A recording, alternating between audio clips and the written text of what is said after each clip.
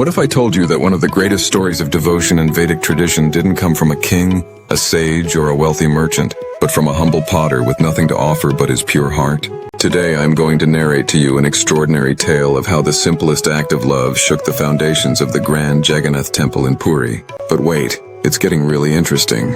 In the ancient coastal town of Puri lived a potter named Dasia.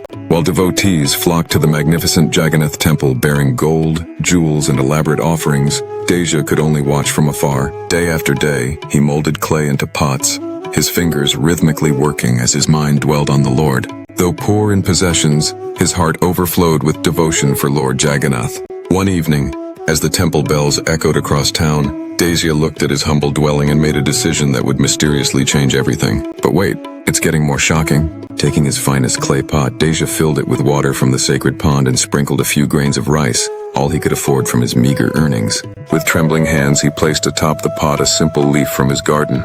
"My lord," he whispered, "I have nothing worthy to offer you. This is all I have." His neighbors scoffed.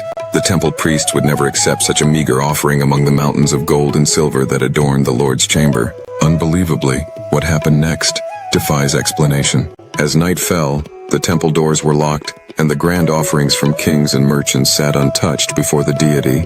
But when the head priest entered the sanctum the next morning, he was struck speechless. The elaborate feasts remained intact, the jewels sparkled untouched, but shockingly, the leaf from Dasia's pot had bite marks on it, and the simple grains of rice were gone. The priest dismissed it as temple rats, but when it happened again the next night, and the night after, whispers began to spread through Puri. This is where it gets truly astonishing. The king himself ordered guards to watch the sanctum throughout the night. Yet even under their vigilant eyes, only Dasia's humble offering showed signs of being consumed. Finally, the perplexed king summoned the potter. "What magic do you possess that makes Lord Jagannath choose your simple offering over royal feasts?" he demanded. With eyes downcast, Dasia replied, "No magic, your majesty.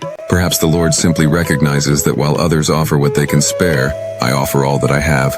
Legend has it that tears welled in the king's eyes as he realized the profound truth. Lord Jagannath doesn't measure devotion by grandeur or wealth, but by the purity of one's heart.